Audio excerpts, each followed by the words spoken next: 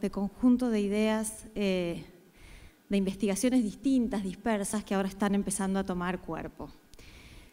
Pensaba que el tema que tenemos para discutir tiene larga data, ¿no? Esta jornada se inscribe en una preocupación de largo aliento, ¿no? El de la democracia y el desarrollo en Argentina han estado muy desencontradas, ¿no? Ahí está el libro clásico de O'Donnell que planteaba que cuando las sociedades se complejizan, ¿no? Se desarrollan, muchas veces terminan atentando contra sus instituciones políticas, ¿no? Modernización y autoritarismo planteaba un poco cómo a veces estos dos ideales de la modernidad, o por lo menos de la modernidad periférica, a veces son contradictorios. Y la historia argentina le siguió dando la razón después del 83, porque finalmente la democracia se terminó afirmando en un contexto donde el desarrollo se revertía, se estancaba, ¿no? En todo caso, donde la estructura productiva se volvía menos compleja y menos dinámica. Y en ese sentido, tanto la inestabilidad política como una marca de la deficiencia democrática, como el estancamiento económico, una clara expresión de los límites al desarrollo, se asociaron históricamente con la naturaleza de las clases altas o de las élites. Entonces, digamos, yo me sentí convocada como joven investigadora a pensar, bueno, si ahí estaba, ¿no? En la sala de máquinas, si esa era la explicación fundamental de los fracasos argentinos, valía la pena entonces hacer de eso un objeto de análisis. Y una de las primeras cosas con las que me enfrenté es que los discursos públicos en la Argentina, y creo que la actualidad no es excepción, alternan entre caracterizar a las clases altas o las élites como un grupo unificado y todopoderoso que se va a llevar a la sociedad por delante en los momentos, ¿no? De mayor hegemonía, pienso el primer lustro de los 90, los primeros años de Cambiemos, a después, en otras circunstancias, caracterizarla más bien como fragmentada e impotente, ¿no? Alternamos entre estas dos caracterizaciones que se expresan también en los discursos académicos. Ahí está Sábato y Scherzer para decirnos que la élite argentina ha sido siempre igual a sí misma desde la colonia, conspirando contra cualquier tipo de normalización, o están O'Donnell o Portantiero subrayando en cambio su heterogeneidad y sus contradicciones estructurales. Entonces, al comenzar a estudiar estos temas, mi primer perplejidad es que había visiones distintas, pero al mismo tiempo carentes de pruebas empíricas que permitieran dirimir y tomar una posición. Esto además me llegó, esta preocupación atravesó mis primeros años de tesis, porque yo empecé a hacer la tesis en el 2000 en Francia con un proyecto que intentaba caracterizar la fortaleza del bloque de poder menemista, ¿no? Y de repente se cayó a pedazos la convertibilidad, se cayó a pedazos el bloque menemista en un punto también, pero digamos todo ese orden, ¿no? Económico y político que se había estructurado en torno al neoliberalismo, y yo me quedé pronto sin objeto, ¿no? Y con la dificultad de tener que dirimir entre estas posturas tan discordantes. No está más Carlos Acuña, pero creo que uno de los textos que leí de él, llamado La burguesía como actor político, me ayudó un poco a salir de esta encerrona, porque como él decía en ese texto, me parece que le pedimos demasiado a las élites, ¿no? Y por ahí, antes de empezar a reflexionar sobre cuáles son los límites que imponen a la igualdad, al desarrollo, a la democracia en la Argentina, podemos empezar más modestamente por preguntarnos quiénes son, cómo pueden ser caracterizadas, qué especificidades tienen o no en la Argentina en relación con otros países del mundo. Y para eso vamos a empezar con las dos definiciones más convencionales sobre la élite en singular o la clase alta y algunos de los problemas que plantea. La primera definición, que podríamos, digamos, imputarle desde a Balzac hasta Pierre Bourdieu hasta Cristina Kirchner, es que la élite o la clase alta es siempre la misma y que en la Argentina esa élite es la oligarquía. Y efectivamente uno puede pensar que esa noción fuerte de élite en singular o de clase alta tuvo un momento de existencia poco controvertida en el país a fines del siglo XIX, principios del siglo XX. Un conjunto, ¿no?, de familias patricias que controlaban un recurso estratégico, con vínculos internacionales, que tenían una comunidad de intereses y de estilos de vida más o menos semejantes, inspirados de la civilización europea, que compartían, como dice uno de los autores, la triple C, la cohesión, la conciencia y la conspiración, es decir, ciertas redes fuertes entre ellas, cierta conciencia de su superioridad y su responsabilidad, y cierta capacidad también de incidir de manera determinante sobre las instituciones políticas. Y despertaban también, digamos, claramente los trabajos de Leandro Losada, de Sandra Gayol, así lo expresan, el reconocimiento de las capas inferiores y un esfuerzo de emulación, ¿no? Esta cosa de que había que parecerse a esas familias aristócratas u oligárquicas. Ahora bien, todos los indicios, más allá de cuánto haya quedado esto como una categoría zombie en la vida académica y en la vida política del país, todos los indicios historiográficos, económicos, sociológicos, dan cuenta de que a partir de los años, de las primeras décadas, pero claramente desde los años 30 en la Argentina, asistimos más bien a un ocaso múltiple de esta oligarquía. Pierde centralidad y dinamismo económico, ¿no? Después de las grandes guerras. Hay nuevos ricos que aparecen, hay un trabajo lindo de Alvaredo contando cómo las grandes fortunas a partir de los años 20, 30 en realidad se amasan en actividades vinculadas a las ciudades, cómo aparecen intereses económicos, políticos e ideológicos contrapuestos, incluso dentro de las élites económicas y políticas del país, y estos nuevos grupos que emergen ya no se reconocen como parte de la oligarquía o como parte de la clase alta. Lo más conocido es, sin duda, la pérdida de eficacia electoral que tuvieron los partidos liberal-conservadores a partir de las primeras décadas, el intento a través de las Fuerzas Armadas de algunos de estos grupos de seguir participando de la esfera pública y política, pero lo que es cierto es que en distintas dimensiones, la política, la económica, las familias que podríamos asociar a la oligarquía, perdieron centralidad. Lo que no perdieron fue el encono de los antiperonistas y cierto reconocimiento de las clases medias antiperonistas en ascenso, pero lo que podemos preguntarnos es si lo que nos interesa es estudiar una élite simbólica o una élite política y económica que, digamos, determine o participe de los principales resortes del poder económico y político del país. Podría darles una infinidad de indicios, digamos, si quieren después hacer las preguntas, nos extendemos en eso.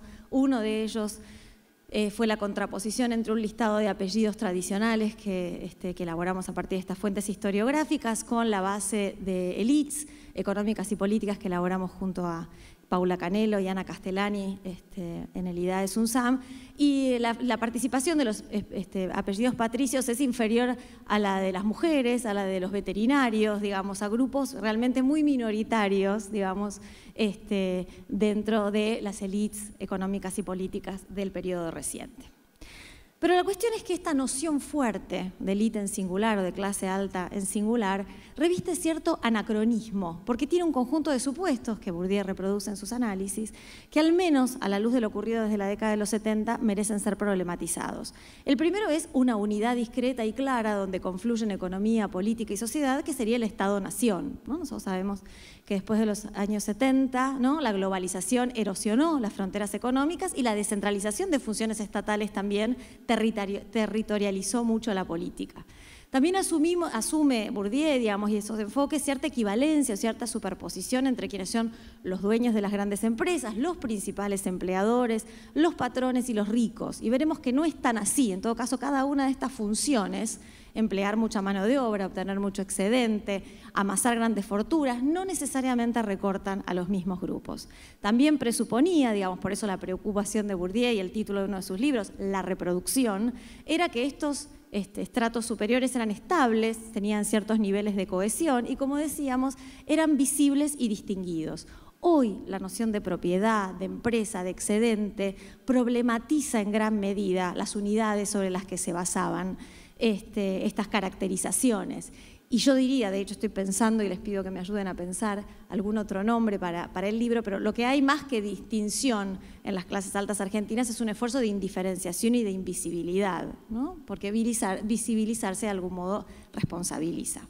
En todo caso, esta confluencia entre élite económica vinculada al capital, élite social vinculada al bienestar y la élite simbólica vinculada a cierto estatus, merece al menos ponerse en cuestión. Entonces, bueno, si la oligarquía no es siempre la misma, ¿no?, si no hay un criterio tan claro para recortarla, ¿qué frontera, ¿no?, recuerden el primer dibujito, qué frontera establecer? Y entonces ahí viene Piketty a asistirnos, ¿no?, diciéndonos la clase alta es el 1% superior de la estratificación, vamos a establecer entonces esa frontera teniendo no ya como criterio las necesidades básicas insatisfechas, como es en el caso de los pobres, sino más bien la opulencia. Ahora, ¿cuál es la opulencia? ¿Cuáles son los límites, ¿no?, que fijan dónde una persona, una familia tiene ya por demás? Bueno, entonces ahí empezamos a jugar con distintas líneas de riqueza. Uno podría decir la de la base, digamos, y la que más le molesta a muchos de mis colegas, es la que se estudia, la que se usa en general para los estudios sociológicos, las encuestas permanentes de hogares, que relevan los ingresos, ¿no?, de las personas y de las familias. ¿Y por qué la gente se molesta con este criterio? Bueno, porque alcanza con ganar relativamente poco, digamos 3 salarios mínimos, para formar parte de el decil superior, ¿no? Había datos ayer también de cuánto efectivamente la parte de la torta que se lleva el decil superior sigue expandiéndose, pero cuánto resulta relativamente bajo, ¿no?, para los profesionales que están, por ejemplo, hoy escuchándome, que una persona con 20.000, bueno, hoy con 40.000 pesos merezca ser caracterizada como el 10% superior de la distribución del ingreso. Por esa razón es que la gran innovación del grupo de Piketty fue proponer el uso de otro tipo de fuentes, básicamente las fuentes tributarias, ¿no? Son de difícil acceso, tienen varios sesgos, pero en todo caso permitieron identificar con más sofisticación, digamos, ¿no?, con más precisión, a este 1% de la distribución que, según los datos de Alvaredo, que yo, digamos, no pude actualizar porque esas bases ya no están disponibles, rondaban más o menos los $3.000 mensuales para alguien ubicado en ese estrato superior. Pero esas no son las únicas fronteras que tenemos, porque también, digamos, hay una preocupación por los ricos o por los multimillonarios desde otras fuentes, desde aquellas que celebran a estos prohombres. Parte de esas fuentes son las consultoras internacionales, el Credit Suisse, el Knight Frank, hay Wealth Reports, hay una diversidad de informes de riqueza que circulan que intenta medir qué cantidad de millonarios tiene cada país y qué volumen de riqueza, con qué volumen de riqueza cuentan. Bueno, hay ahí algunas consultoras que dicen que la Argentina tiene más o menos 7.500 millonarios, o sea, personas que tenían como capital $1 millón, otras que dicen que tiene 300 ultramillonarios de más de 50 millones, en fin, y después, además de estas fuentes que hacen estimaciones macroeconómicas que imputan la cantidad de ricos que tiene un país, está la que ustedes más conocen seguramente, que es Forbes, ¿no?, esta revista que le pone nombre propio a los ricos, que tiene un ejército de contadores y especialistas en cuestiones contables y financieras, y que calcula que hay una cierta cantidad de millonarios en el mundo. En la Argentina recientemente sacó un número con los 50 más ricos, de los cuales 25 formaban parte de este Olimpo de las 3 comas, es decir, gente que tenía más de 1.000 millones de dólares. El más rico de Argentina, según esa última publicación, era Paolo Roca de Techín, con 9.700 millones de dólares, una cantidad de dinero que es como difícil de visualizar. Pero en todo caso, todas estas son líneas posibles para delimitar, según Piketty, a la clase alta. Y algunas de esas estimaciones sirven para que, por ejemplo, una organización internacional como Oxfam establezca un conjunto de cálculos aritméticos sobre, por ejemplo, a qué equivale la riqueza de, ¿no?, las 26 personas más ricas del mundo tenían un patrimonio equivalente a la mitad más pobre de la humanidad, o los 1.200 multimillonarios argentinos equivalían al 26% del PBI, a 5 veces la inversión pública en salud y la mitad en educación. Es decir, uno puede empezar a jugar, de hecho es lo que hacen gran parte de estos estudios, con sumas y restas y relaciones de equivalencia. Ahora bien, la noción de rico de Piketty es pobre, ¿no?, porque lo que les digo es un ejercicio de laboratorio sobre bases disponibles que comparte algunos de los problemas que comparte la noción de pobre y pobreza, pero que le agrega otros. ¿Por qué comparte algunos problemas con los pobres? Bueno, porque centra toda la discusión en una cuestión de medición y de trazado de fronteras, ¿no?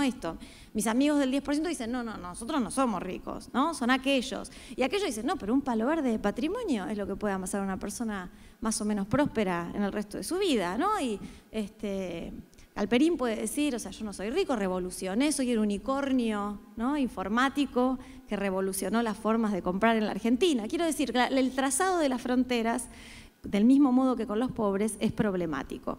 Además, designa grupos ficticios, ¿no? Dentro de esos 50 ricos más argentinos del país hay gente muy conocida, como Paolo Roca, y otros ignotos que heredaron la fortuna y no hicieron nada para construirlas. Hay algunos que manejan decisiones que hacen efectivamente a la dinámica económica del país y otros que se dedican a la dolce farniente, ¿no? O sea, y mucha gente que por ahí no se va a cruzar nunca en su vida.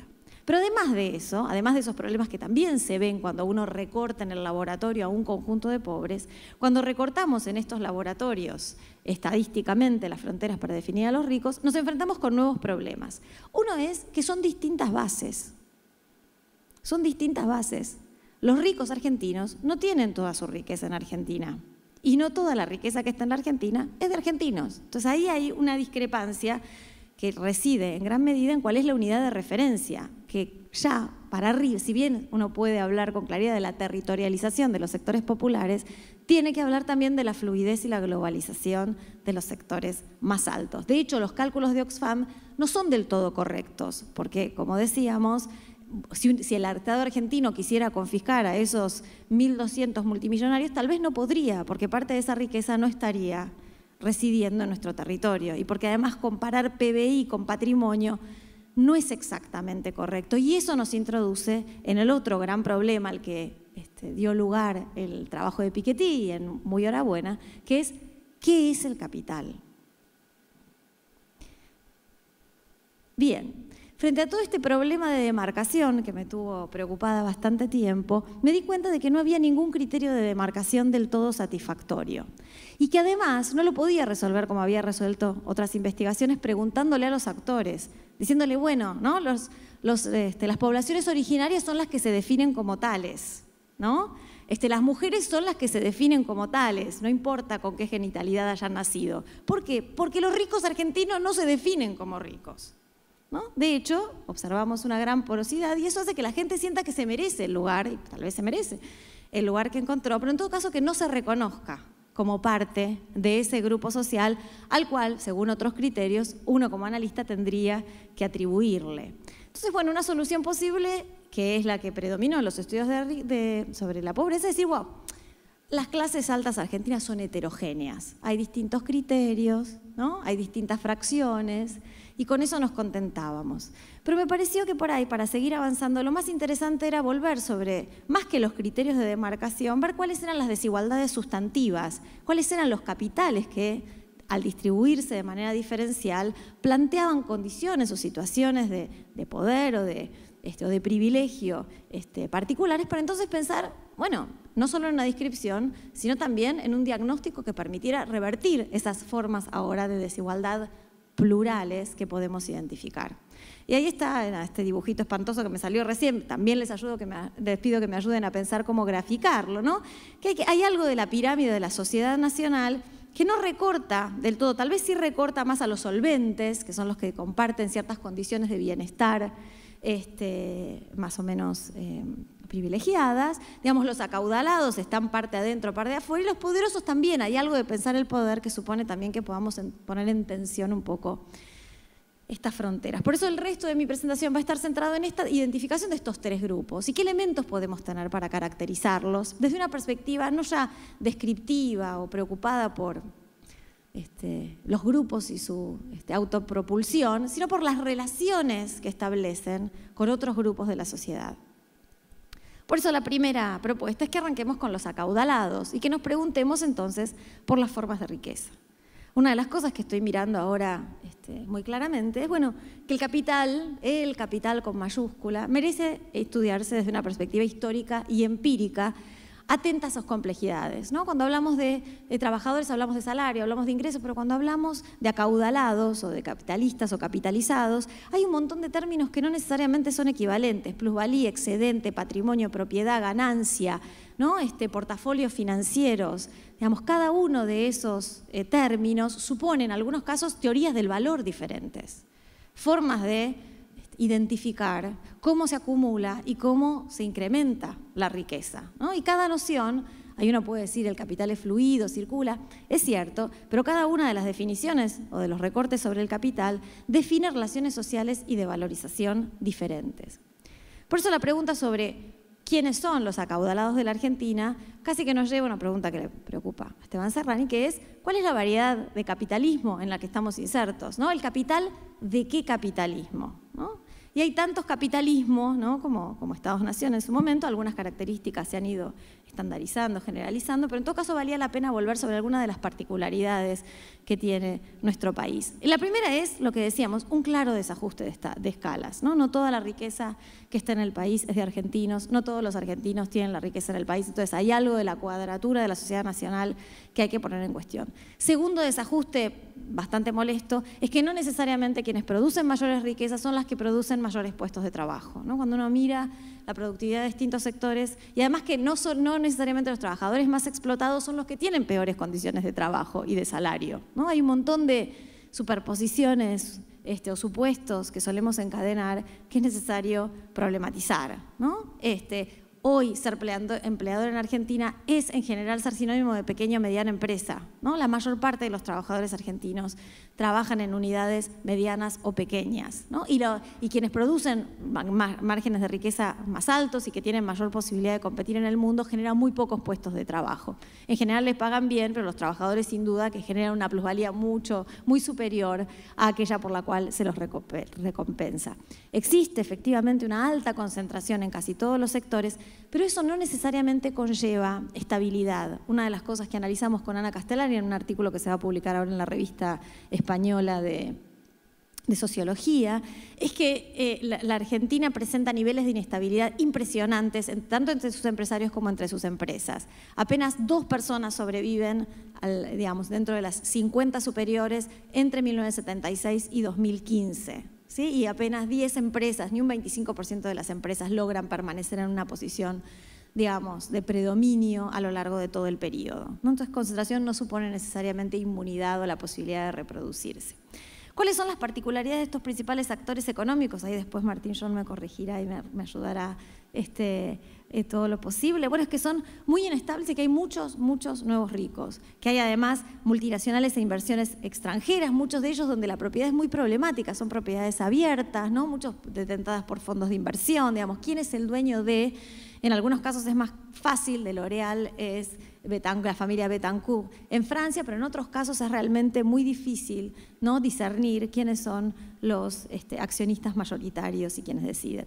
Lo que todos los estudios demuestran, ahí les recomiendo un dossier que acabamos de publicar en Las Voces del Fénix, donde Andrea Luch, Alejandro Gallero, muestran cómo las familias tradicionales o las familias argentinas, ni siquiera tradicionales, las que habían amasado su fortuna en la segunda mitad del siglo XX, fueron perdiendo posiciones, ¿no? Vendiendo, dedicándose a negocios menores, digamos, cómo se fue desarmando esa red cohesiva, si es que en algún momento existió, de los empresarios argentinos del siglo XIX. Y eso hace que en lugar de los mediadores, ¿no? los CEOs, los brokers, los contadores, tengan un lugar tanto o más central que el que tenían los dueños en el pasado, porque son muchas veces los que terminan tomando muchas de las decisiones. Entonces, si pensamos en este criterio de desigualdad, la desigualdad en el acceso al capital y en la toma de decisiones, uno puede pensar entonces un conjunto de políticas públicas para distribuir la riqueza. Aquellas a las que más nos acostumbramos es al aumento de los salarios y más recientemente al aumento de las transferencias directas de ingreso. Pero uno puede pensar que no son las únicas, que también uno puede pensar en políticas hacia los acaudalados que alienten la inversión asociada a la generación de más y mejores puestos de trabajo, que desalienten la liquidez y combatan o en todo caso penalicen de algún modo la extranjerización de los activos, que permitan el acceso al capital de los sectores populares a tasas razonables, ¿no? Digo, un conjunto de políticas de democratización de acceso al capital, que no son solamente la disputa salarial en unidades que por ahí son pequeñas y frágiles, entonces donde esa disputa puede tener consecuencias complejas. Bien, pero ese 1% no necesariamente agota a quienes tienen posiciones más consolidadas y más aventajadas en nuestro país. Y para eso mi propuesta es también mirar a este 10% de solventes y al modo en que tienen un acceso particular a ciertas formas de bienestar. Y ahí, digamos, uno puede definir el bienestar como la calidad y las oportunidades de vida como las que cuentan unas personas, también que varían históricamente. Es penoso que pensemos la pobreza solo a partir de la alimentación o la vivienda digna, ¿no? Eso era una forma de bienestar que ya existía a fines del siglo XIX. Hoy el bienestar también es el acceso a tratamientos para los seropositivos con HIV, para los que padecen cáncer, los niveles de escolarización más altos, la digitalización, el bienestar y la posibilidad de alcanzar los umbrales, digamos, de la civilización, van cambiando con el tiempo. Y lo que es cierto es que ahí el diagnóstico es menos negativo. Si uno puede concluir con claridad, no lo dije antes, pero debería haberlo hecho, que el ingreso se distribuye cada vez de manera más desigual desde la década de los 70 en adelante, con el interreño kirchnerista que logró, acortar las desigualdades de ingreso, y el capital o el patrimonio se distribuye de manera todavía más desigual. Esa conclusión no puede proyectarse al análisis sobre el bienestar. ¿Por qué? Porque hay muchos indicadores de que el bienestar se ha democratizado. Tanto los sectores populares como los sectores medios y altos viven más tiempo, la esperanza de vida se ha prolongado. Tanto los sectores populares como los sectores medios están inscriptos en la escuela primaria y en la escuela secundaria casi masivamente. El problema tiene que ver menos con la integración que con la estratificación de acceso a esas fuentes de bienestar. Y en este sentido, ¿por qué es así? Bueno, porque la mediación entre bienestar e ingresos no es tan directa. Por un lado, porque en nuestro país, como en otros, se cuentan todavía con ciertas instituciones estatales que ofrecen gratuitamente o regulan de tal modo que facilitan el acceso a ciertos bienes y servicios, pero también porque satura. Roca o el millonario, uno de los 7.200 millonarios con los que según el Credit Suisse cuenta la Argentina, pueden tener acceso a cosas bastante parecidas, a viajes de lujo, ¿no? A casas preciosas, a las escuelas más privadas, más caras del país para sus hijos. Quiero decir, hay momentos en los que agregar ceros a una fortuna ya no se condice con un nivel de bienestar muy diferente. Sí da poder económico, no necesariamente da mejor calidad y oportunidades de vida. Entonces, lo que decíamos, aunque el 10% no se acerque al poderío financiero del 1%, comparte muchas ventajas, mejores trabajos, mejores barrios, mejores coberturas, mejores escuelas y una mayor estabilidad sobre todo. Claro que ahí mis amigos podrían recordarme que eso no quiere decir que tengan una vida fácil. El esfuerzo del 10% por emular las condiciones de bienestar del 1% hace que muchas veces tengan jornadas súper completas, agarren varios trabajos, ¿no? Tengan vidas donde sientes que están en situaciones frágiles. No obstante lo cual, comparten muchos de los accesos al bienestar que comparte gente con mucho más patrimonio. ¿Sí? Bien, ¿cómo pensar entonces los solventes en la Argentina? Bueno, hay algo del proceso de urbanización que hizo que los argentinos estemos más integrados, pero también más estratificados, sobre todo en las ciudades más grandes, donde la segregación residencial se da con más claridad y determina muchas de las oportunidades de vida de las personas. El acceso al transporte, a empleos, a la calidad de la vivienda, a los servicios públicos, ¿no? La segregación residencial impacta de manera directa sobre el acceso al bienestar. También en las ciudades más grandes se van mayores niveles de mercantilización. En Ciudad de Buenos Aires la segregación es mucho mayor que en Junín y muchísimo mayor seguramente que en Quitilipi, ¿no? Porque bueno, aún cuando alguien tenga mucho patrimonio en Quitilipi no va a poder adquirir con tanta diferencia